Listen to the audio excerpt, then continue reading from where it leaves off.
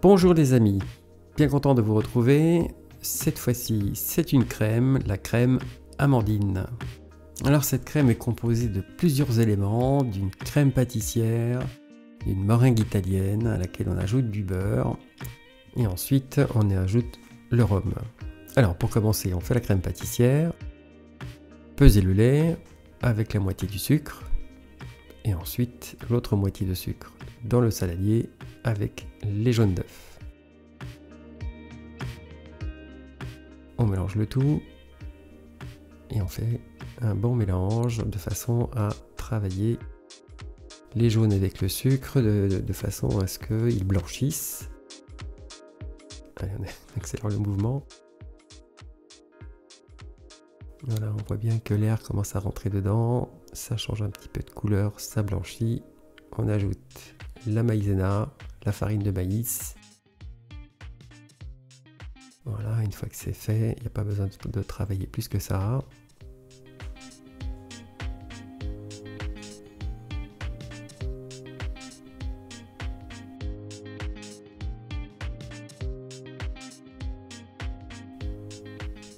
Alors, une fois que le lait a bouilli, on le verse dans notre mélange précédemment.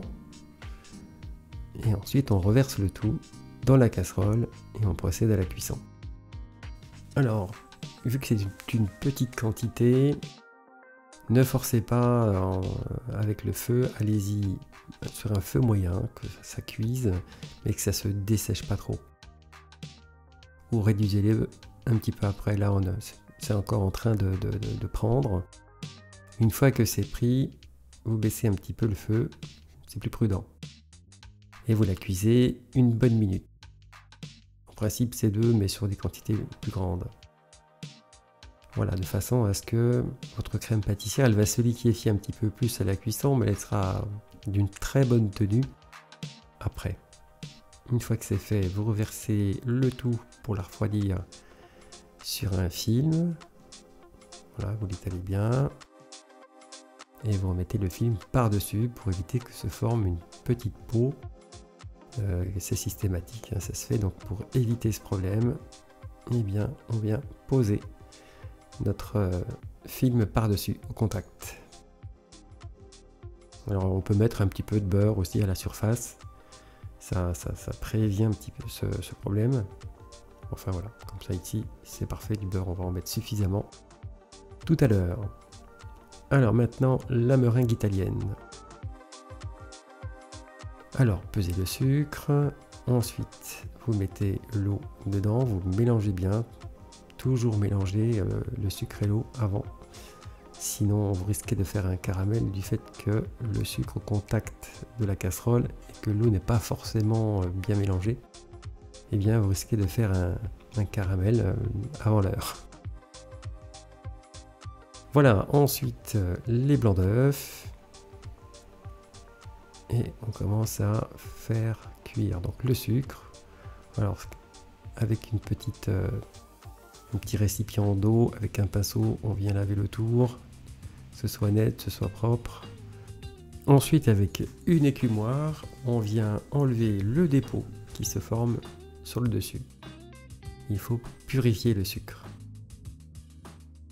Voilà, au maximum. Une fois cette opération terminée, prenez votre thermomètre et surveillez la cuisson jusqu'à 114 degrés.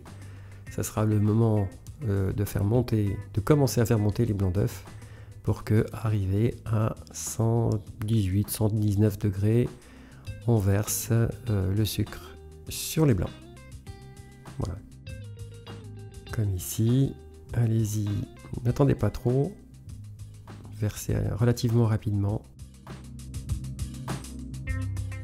Et ensuite, laissez tourner la meringue italienne jusqu'à complet refroidissement. Donc là, à la main, c'est un petit peu compliqué. C'est possible, sur des petites quantités comme ça, c'est réalisable. Mais ça fait de l'huile de coude, hein, vraiment beaucoup. Voilà, une fois que c'est froid, faites revenir votre beurre. Alors vous pouvez le laisser dehors, moi je préfère le mettre un petit peu au micro-ondes et le crémer jusqu'à ce qu'il n'y ait plus de grains. Ensuite, c'est parti donc pour la mousseline.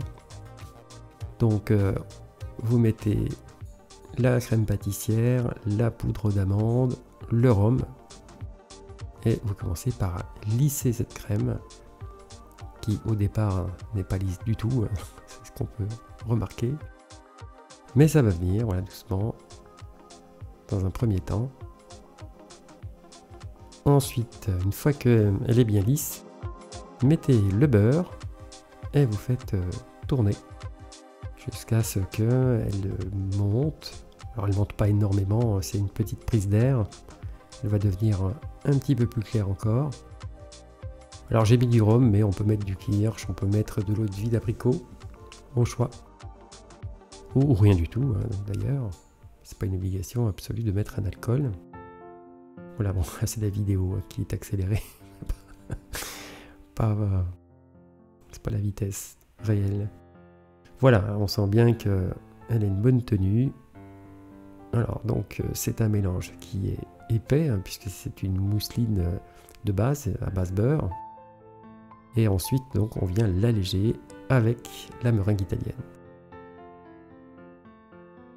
C'est une très très bonne crème. Ça ressemble à de la crème d'amande. Mais c'est différent. La manière de la réaliser est différente. Là, tout est cuit de façon à ce que la crème pâtissière est cuite, je veux dire, la meringue est cuite aussi. Il n'y a pas d'autres cuissons comme la crème d'amande qui, elle, se cuit au four. Voilà, une fois que c'est fait, un petit mélange délicat, toujours pareil, hein, du centre vers l'extérieur, de manière à faire retomber le moins possible notre appareil.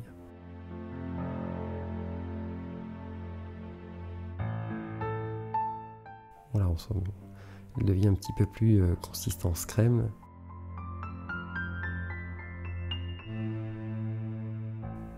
Voici terminé cette crème amandine. J'espère que cette vidéo vous aura été utile. Je vous souhaite un très bon courage et à très bientôt pour une prochaine vidéo. Salut!